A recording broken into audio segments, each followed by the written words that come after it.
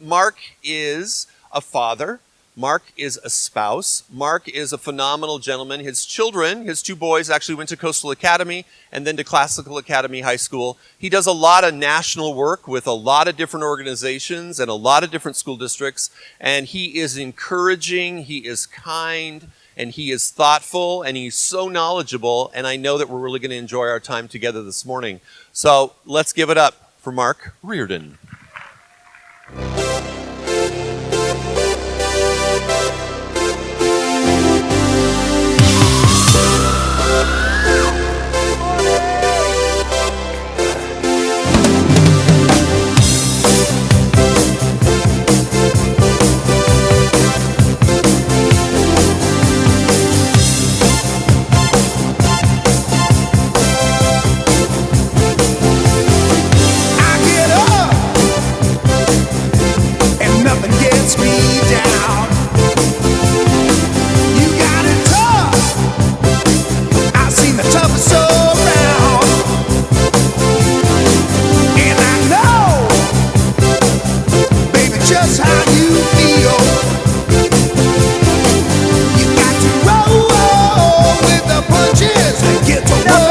Make some noise!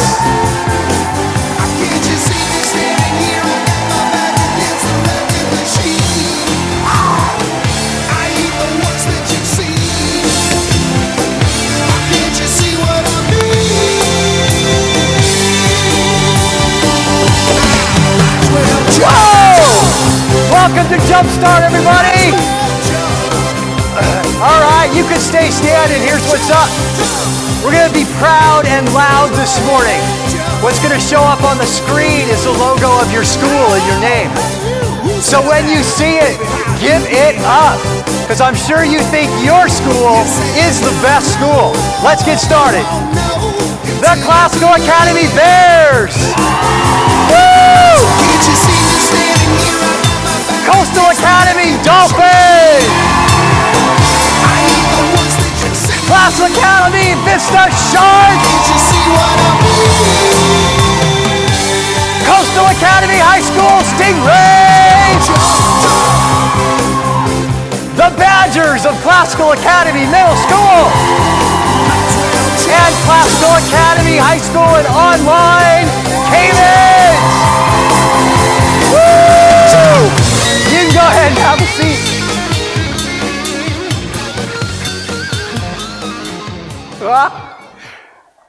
Oh my goodness. We got to do a wave. We just got to do a wave. Because that's fun, I suppose. At least for fun for me to watch. So we'll do that, right? We're going to start on this side right here. So you understand how a wave works, right? Right, yeah. So you stand up. Okay? Yeah. The wimpy people who don't care about the school that they go to, they go... No.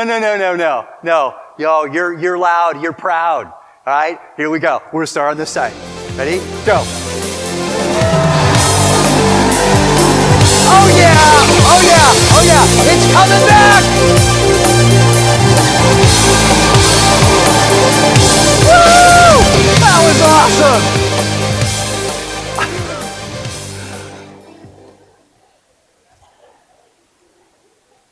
Well, good morning. It feels so good to be here. It's the truth. I've been thinking about doing the keynote at Jumpstart for a few years. Okay, like 10. And as many times as I thought it might be the right time to do that, or we had talked about it, this year feels like the right time. Given where we are as an organization, what's coming down the landscape about charter schools, it feels right.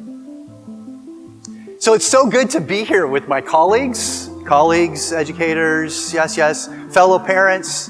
Thank you so much. It feels like a family reunion. You know, the kind, though, where everybody likes and loves each other, right? One of those kind of family reunions.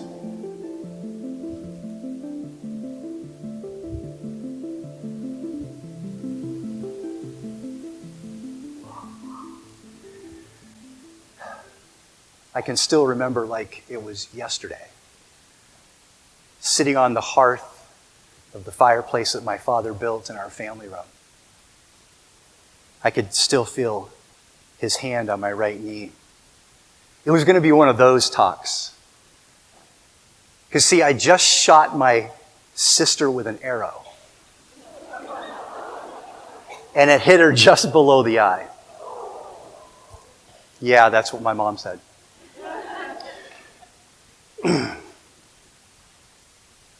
Son, he said.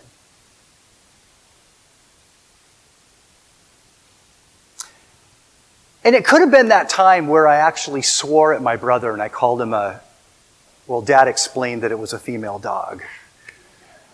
Or the time where I sassed at my mom and I didn't do what she asked. And it didn't really matter the what of those talks as much as the how. I can still feel the coolness of the marble hearth and the warmth of my bricklayer dad's hand on my right knee. You know, as parents, we will do everything in our power to teach our kids, to guide our kids. We will do whatever it takes. Whether it's having those kind of talks, or it's just providing the basics like food and shelter, clothing, even the investment that we make into their hobbies and their sports. We will pull out all the stops to make sure that they succeed.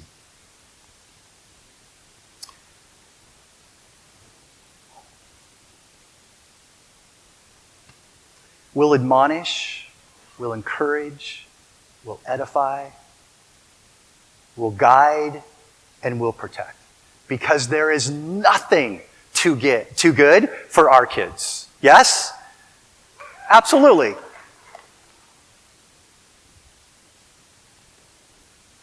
But maybe those good intentions are too much of a good thing. Here's the thing about good intentions in overdrive. They actually stifle our child's development. It like snatches them from every challenge that they need to build solid character and high academic competence. Parenting, it's rewarding. It can be joyful at times. And there's happiness. And it's also hard. It's challenging. It's frustrating.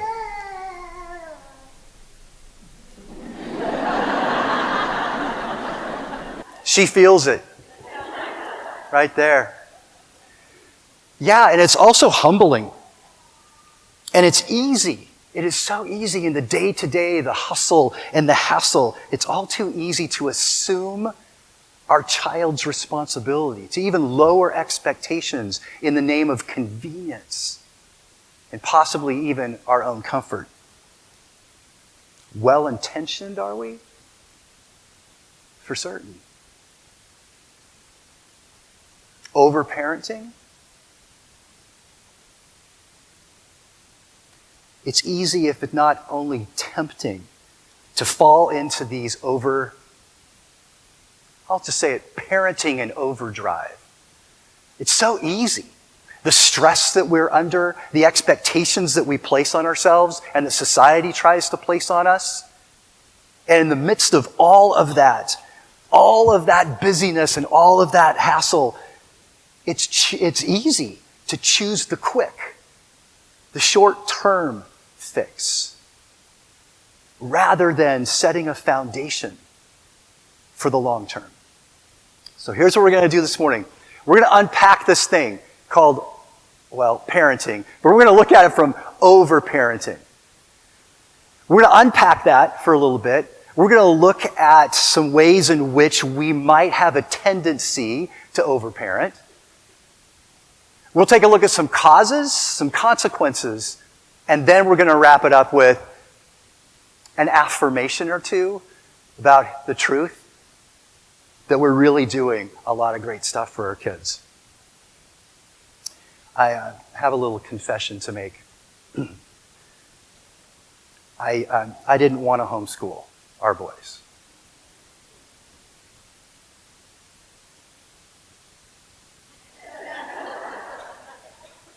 I'm a professional educator. This is going on my 42nd year in the field of education. And at that time, I was doing teacher workshops and working with administrators, and I was thinking, my kids are going to school. They're not going to go to homeschool. But a funny thing happens in a household, and if you're married, you know what I'm talking about.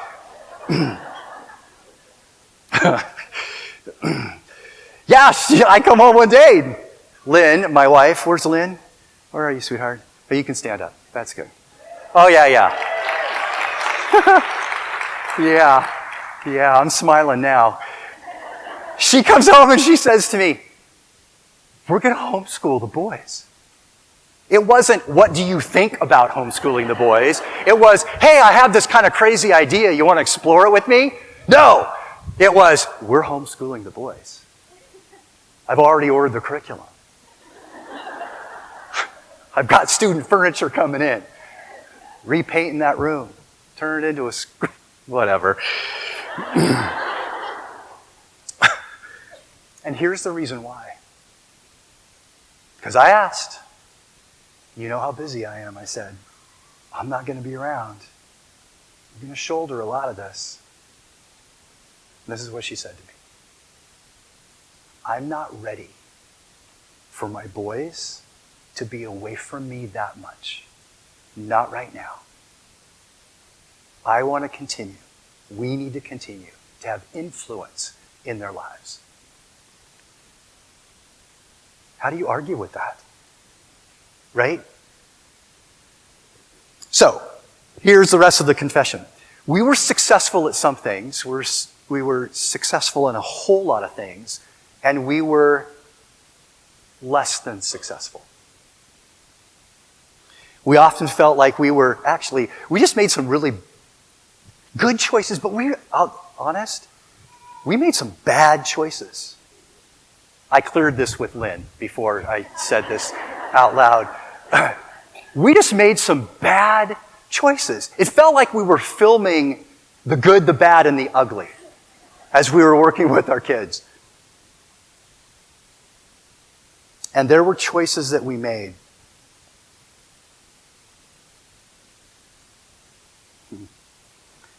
There were choices that we made that at the moment when we saw what happened, the aftermath of what we did or said, we thought, we're probably damaging our boys. In fact, that led us to think about calling up our financial advisor and taking all the money that was in the college fund and putting it into a counseling fund. We thought that would be a really good idea. All right. So this is my family. The really cute one's Lynn. So that's Lynn, and the person behind her is Tate.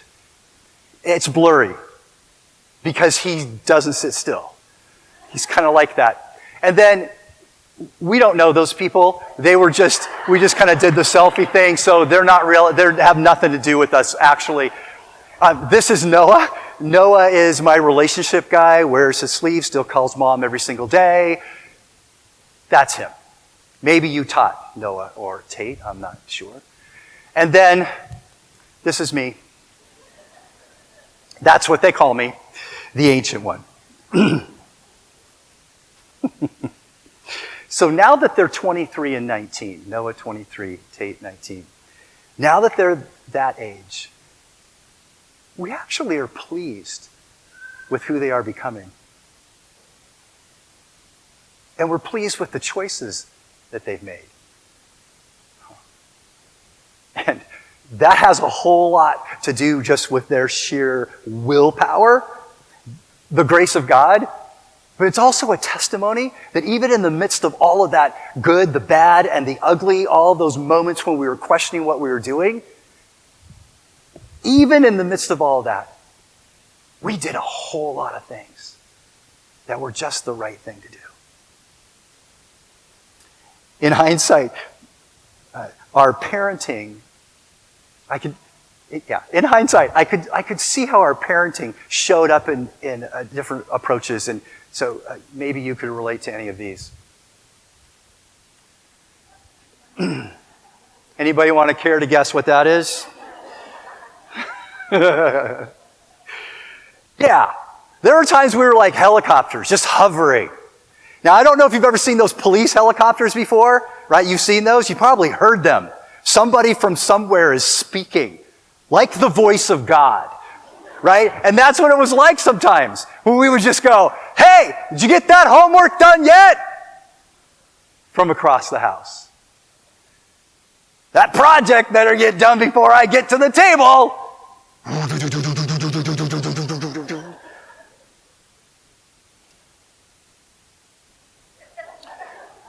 Technology has brought us a sleeker version of being a helicopter parent. It's a drone parent with stealth maneuvering. Can really get down in it, really see what's going on. And then when detected, oh, you missed that comma. Is that really the way you want to do that next step in the problem? Oh, a snowplow. They're big, they're noisy. I got a big old blade on the front, kind of at an angle, so it can just move things out of the way. Anything that I thought was getting it, just move it out of the way. Well, we're not doing that assignment. Move that one out of the way. You know, what the school's asking of us, it's really not that important because, well, they don't understand my kid. Just moving things out of the way.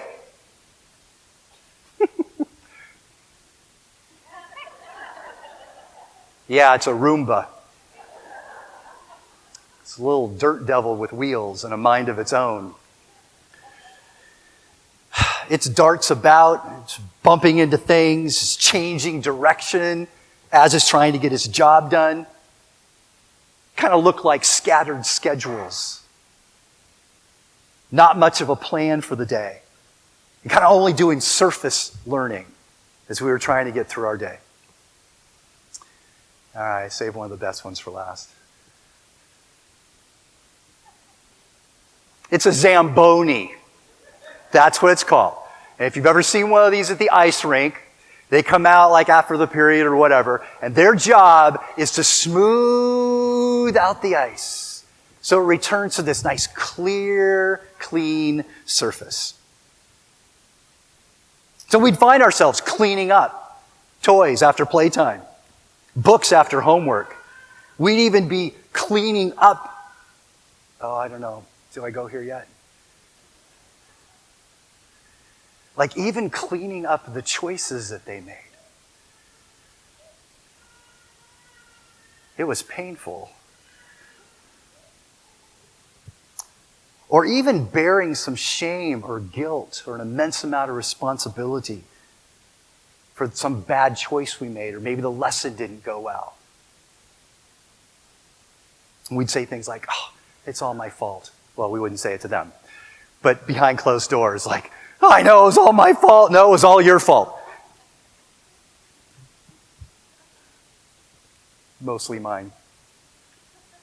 I'm such a bad teacher.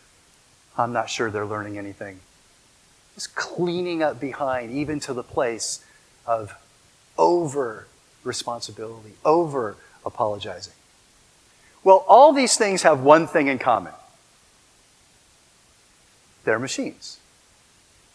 And machines are designed for a very specific purpose.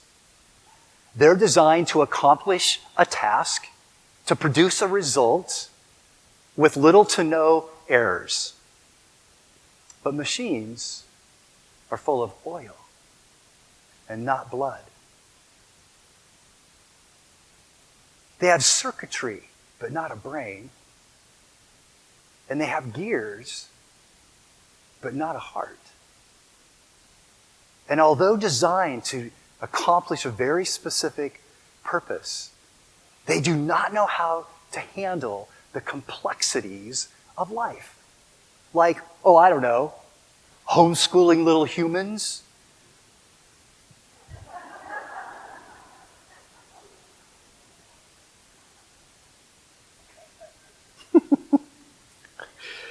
And the crazy thing about homeschooling little humans, especially when they're ours, is that they're in an environment they're really comfortable with.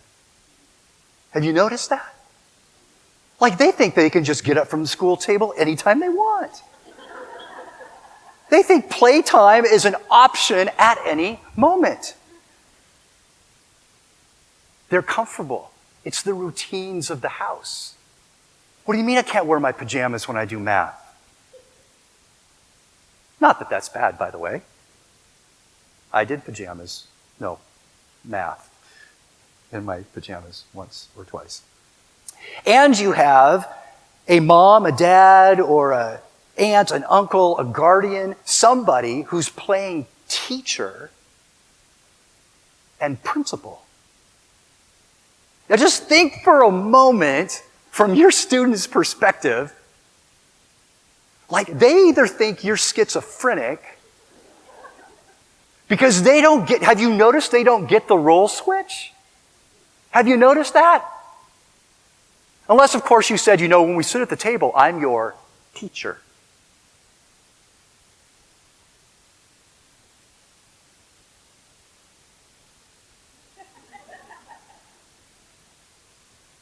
And when Dad gets home, he's the principal. And the other thing about homeschooling little humans is they have this thing called will.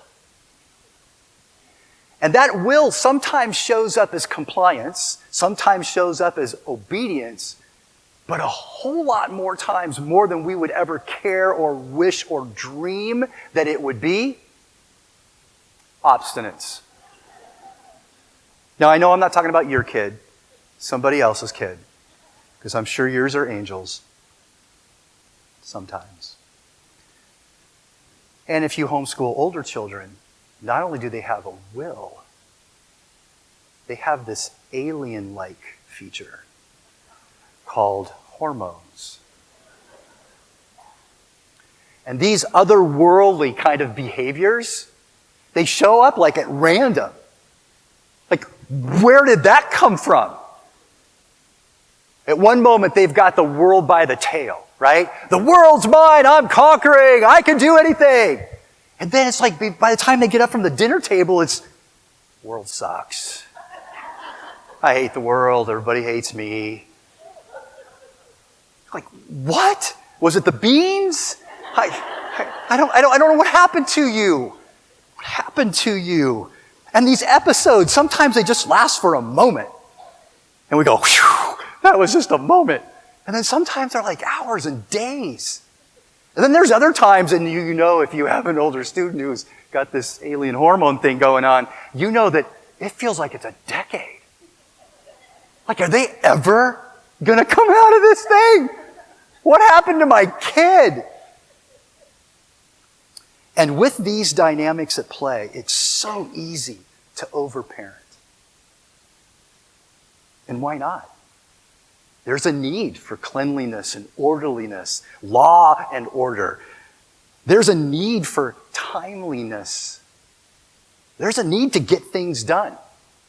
And because we have this much schooling to do in this amount of time, or at least it feels that way,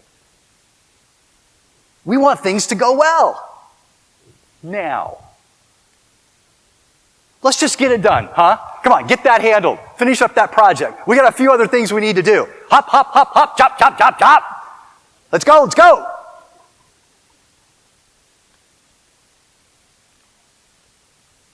And perhaps we avoid the potential of an inevitable conflict. You know what I'm talking about.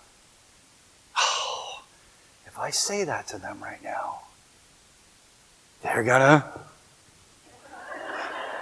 and then I'm gonna have to, and then they're gonna, and then I'm gonna have to, and you know what? I don't want to do that right now. I just want another cup of coffee. I just want to sit out, go watch a video, get out of my hair. Yet when we're parenting in overdrive like that under all that stress, it leads to this. If it's a little fuzzy, that might mean that you're stressed. Already, we haven't even started. Here we go. I'm a little stressed right now. Just turn around and leave quietly and no one gets hurt. Because that's what overparenting does with us. We get all like amped up. Get things, little things become really big things. What do you mean your pencil's not sharp? You know we start school at 8.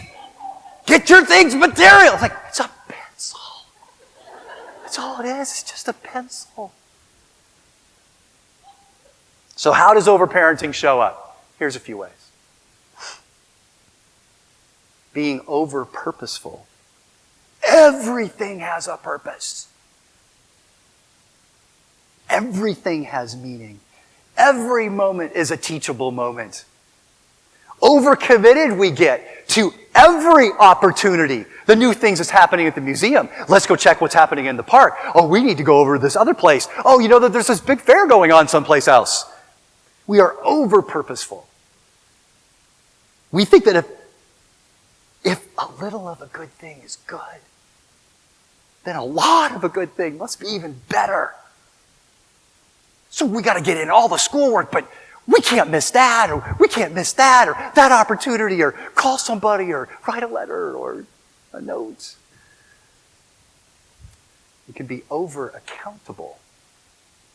Feeling so accountable to the other homeschool parents, to our teacher, and to the school, that we take on that which isn't really ours to take on.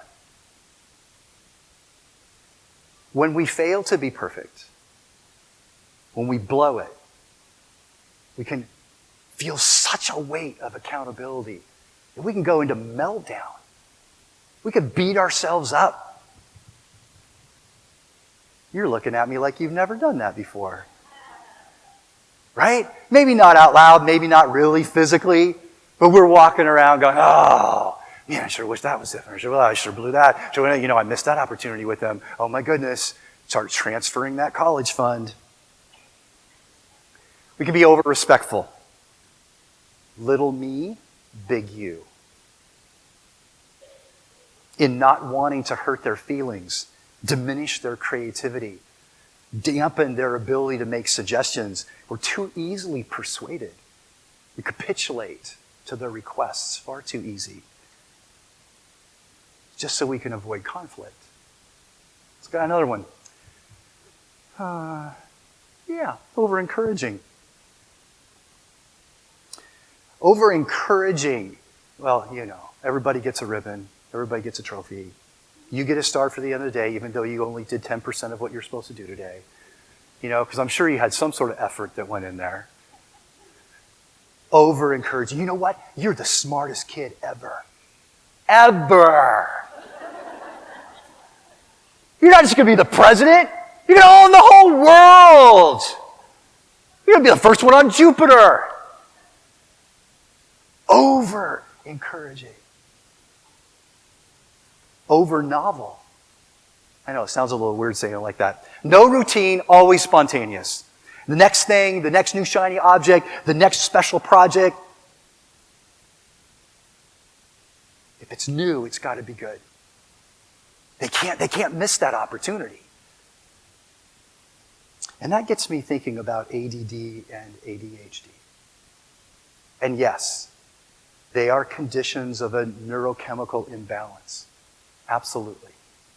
And then I often wonder, the way in which we organize our kids' days and their agenda, all the things we have them wrapped up in, I'm just wondering if that fuels their inattentiveness, their ability to not focus, to be quiet, peaceful.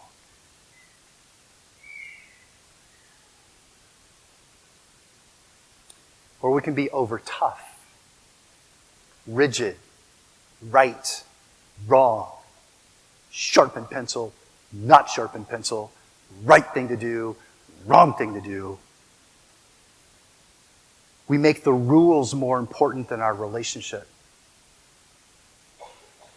And sometimes we're always right to the point of even when we're not right, we're still right. Too tough. No room to breathe. Let's take a look at a few causes. Oh, well, look at her. Take a look at a few causes that might drive us to overparent or to do parenting in overdrive. One of them is poor modeling. Perhaps you had a parent that was really tough. They were domineering, micromanaging, creating a condition of trust diminishing atmosphere kind of place.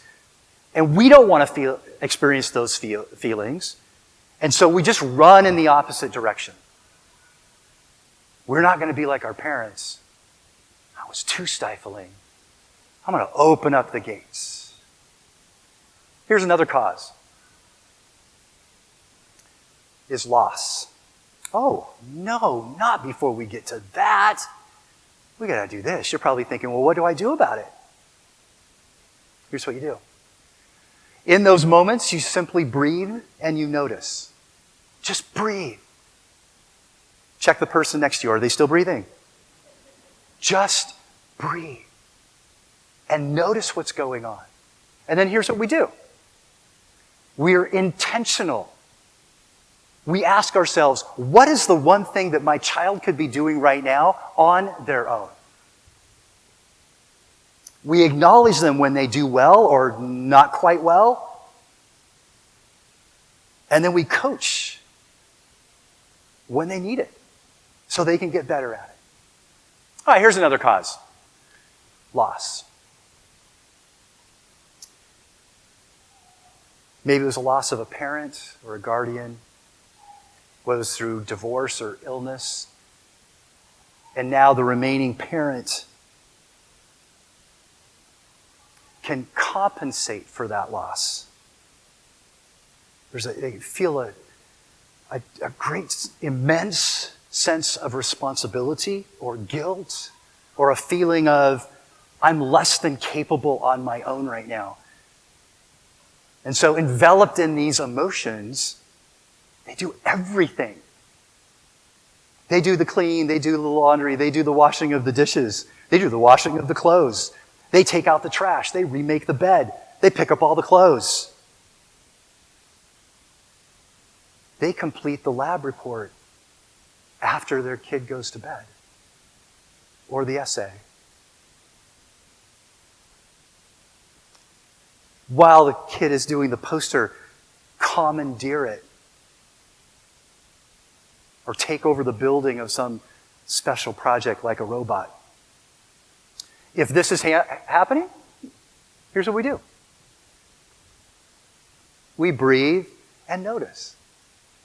And then we choose what our next actions are going to be. We're going to be intentional. We're going to ask, what one thing can my child do right now on their own? And we're going to acknowledge them when they're doing it in steps and getting closer and closer to accomplishment. And then we're going to coach them when they need it. We're going to look at one more. Success. Perhaps school were the best years of your life. You were successful. You did good with grades. People liked you. You won the spelling bee. You got a ribbon for the science projects. You participated in sports and clubs. Everybody loved you. And based on our success, we want our children to experience success as well, which makes total sense. It's not a problem unless that success is in overdrive to ensure that our children experience the same thing, the same level of success. But here's the thing. They're not you.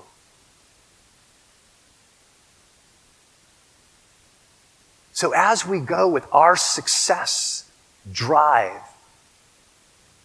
they're different than us. And so in not knowing really how to create the success for that particular student, we over-reward effort, we over-reward the C or the B, and we make comments like, "You're so smart, the grade just doesn't reflect it." Or we say things like, "Is that the best you can do? You know, when I was in geometry, that's the instrument you play in band? The bass drum? I played the flutes.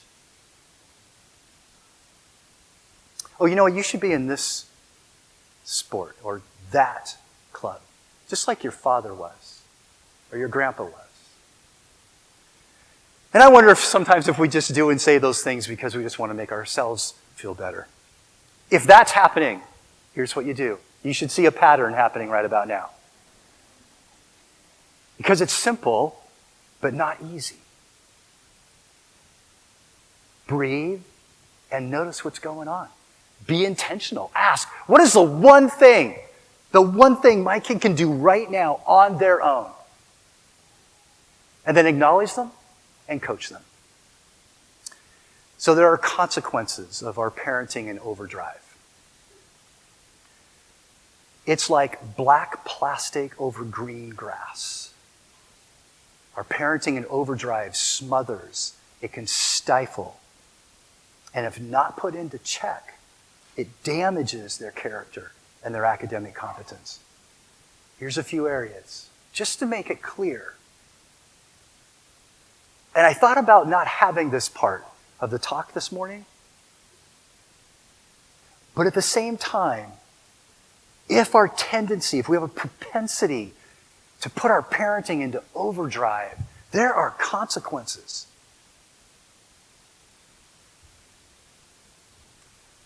There's consequences on their emotional development.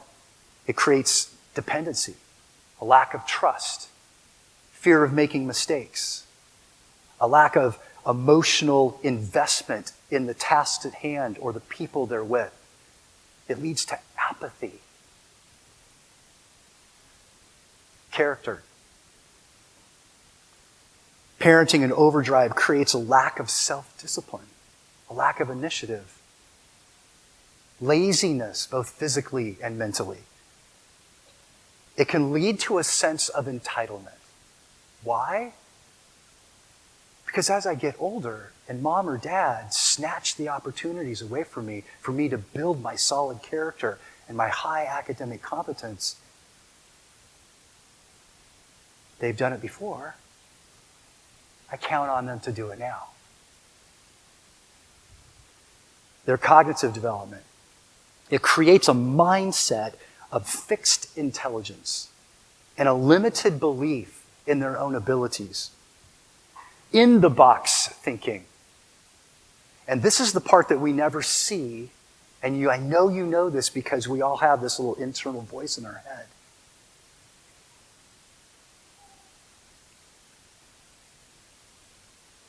It creates this lack of wonder, this lack of curiosity. And then the voice in our head shows up. And that voice in our head, when we're in an environment where it's stifling, this is just too hard. I can't do this on my own. And the even more damaging one is when they say, I don't even have what it takes. So here's the question. When you hear the question, think of your answer and then say the answer out loud. Everybody clear? All right, here's the question. Is that the kind of kid we want? Oh, that was convincing. There was like 12 of you. Is that the kind of kid we want? No.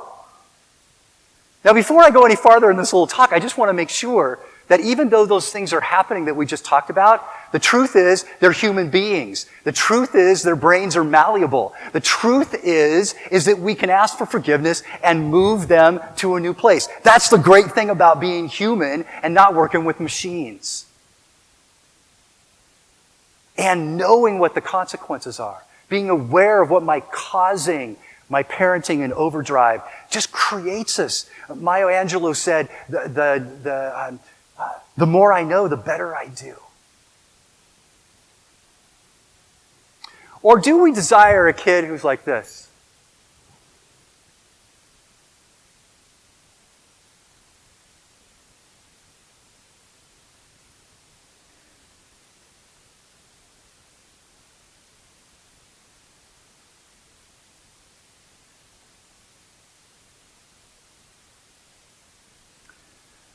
A kid who takes initiative, self-discipline. A kid who can look people in the eye, shake their hand, and engage in a meaningful conversation. Who approaches new challenges with curiosity and the confidence that with the right effort and with the right tool, they can give it a go. A child who's surprised by their abilities, their gifts and their talents, and desires to express those to people around them. So there's a question coming. You know the answer. So say it boldly. Is that the kind of kid we want? Yes. Absolutely. Turn to the person next to you and say, yeah. Good, good. Turn to the other person and say, yeah, that's what I want. Go ahead, tell them. Good. Good. Now say to yourself, go ahead and say to yourself, I can do this. Kid, look over somebody else, even if you don't know them, and say, I think you can do it too.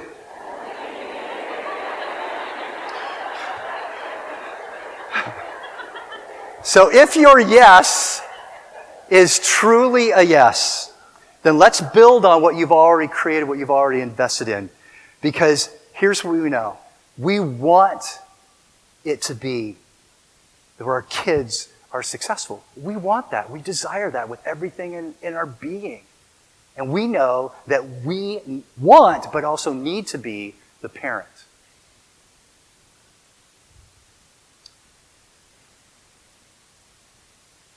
This is what great parenting is all about. This is what you're already doing. We'll highlight a few things. We're purposeful. We act on our principles. We know what we stand for. We know what we value, and we make choices that align with what we value and what our priorities are and principles. So the question is, what is specifically your purpose for parenting? Build character? Make them like you? Make them like you? Or possibly make them not like you? Think this through, parents, even teachers, yes? Think this through. What is the purpose of my parenting? Why am I teaching? Accountable. Can they count on you? They count on you for all sorts of stuff right now. Let's take a little deeper dive into it. Can they count on you to model what peace looks like? What organization sounds like? Can they count on you to hold them to the expectations that you've set and the boundaries that you've put around them? And when we blow it, and we will,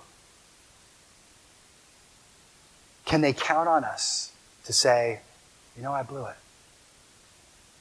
And then to ask them for forgiveness and then recommit to what we're going to do differently in the future. Can they count on us? Great parenting is respectful. And I want to put this in perspective. Your kids have brains. I'll start with the obvious. Your kids they have brains, they have gifts, they have talents, they have strengths, and they have thoughts, and they have opinions. Yes, each of these need guidance, they need mentoring, they need coaching. And remember, they were created of your image. not in your image.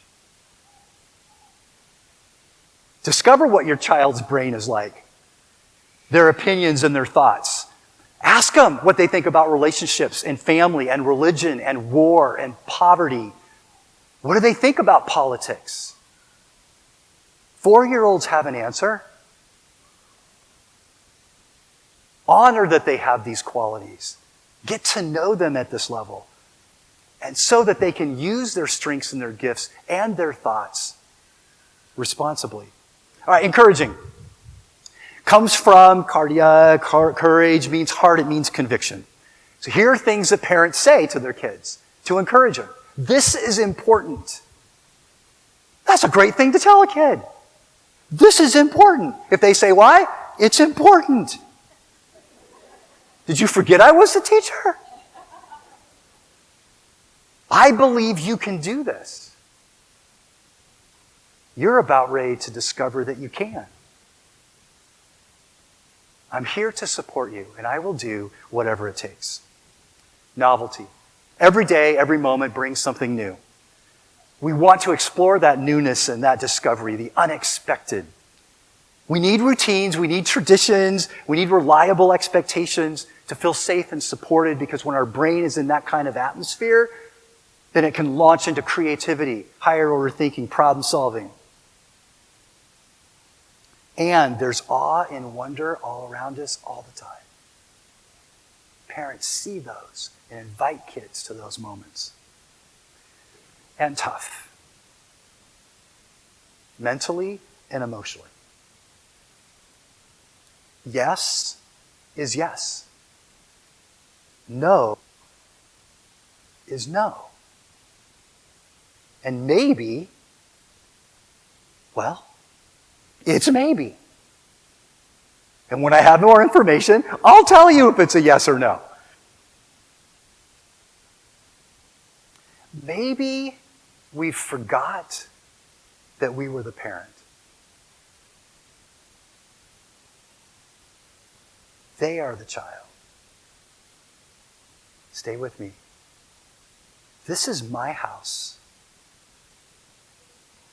It's becoming our house, so that someday you can have your house. I'm the parent. I'm the final authority. I know a few things because I've seen a few things, experienced a few things. You can trust me. I want the best for you. I want all the best for you. And I will do whatever it takes to nurture, to encourage, to edify, to guide, and to protect you. You know, we've made deposits in our students' trust accounts, in their emotional trust accounts. And the currency is support, nurture, respect, acknowledgement. And that currency, that money is compounded every day, every moment with everything we say and everything we do. And because of these deposits that we've made, it allows us to use that account as collateral to make high-risk investments in the development of their character and their pursuit of high levels of academic competence. Those investments sound like this. You give it a go first. What do you think? How would you explain this? Show what you know about this. Help me to understand how you think about that, how you came up with that answer. The kind of high-risk investments gets them to wrestle, to struggle with new concepts and vocabulary, the literary passages, math equations, chemistry formulas, and the causes and effects of historical events. Inviting them to push the limits of their creativity, their intestinal fortitude, perseverance, self-discipline, their ability to problem solve, defend their opinion and express empathy. And even in the face of them saying, I don't want to. This is too hard. Help me.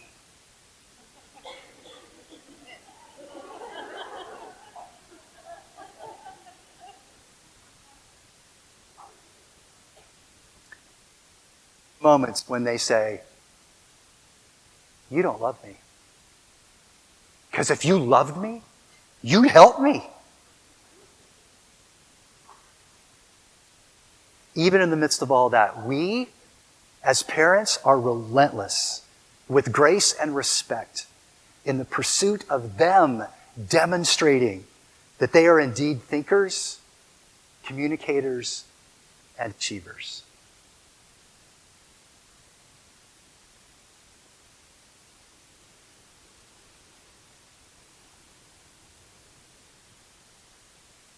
My heart's racing. My head's bowed as if in prayer, but really in shame. The coolness of the marble, Dad's muscled, warm, strong hand on my right knee. And tears fill my eyes. And somehow Dad knew that if he yelled at me, if he berated me, if he scolded me at that moment, he would simply be echoing the thoughts in my own mind. And he said this, son, we can't always make the good first choice, but we can always make a better second choice. I love you. Now go apologize to your sister. And here's the solemn, the hard to swallow truth. It's not about us. As much as we would love to win the Teacher or Parent of the Year award and pin that proudly on our chest, and as wonderful as that would be, it's not about us. It's about them. It's about your child, your student, growing and developing to become adults who know who they are and are full of wonder about the possibilities. It's them searching for the answers, them constructing the equation, them connecting the dots in history, crafting the thesis and the supporting statements. It's them practicing their instrument till it's better than good. And it's them being courageous enough to ask the questions when they don't know. Or even have the courage to act in empathy toward others. This love, it develops a solid character and high academic competence. It occurs in an atmosphere and a demonstration of the highest and the deepest love that we can muster up, that we have for our kids. Love so deep, so intentional. A love in such abundance that it calls to us. It invites us.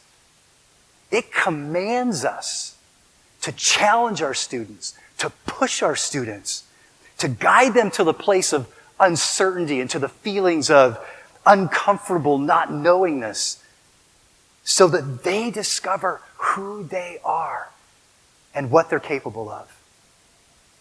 And we sacrifice the short-term convenience for the long-term results. Why? Because we love them that much. Thank you.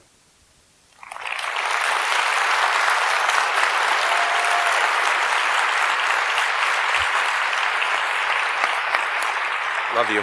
Good job. Good job. Good job.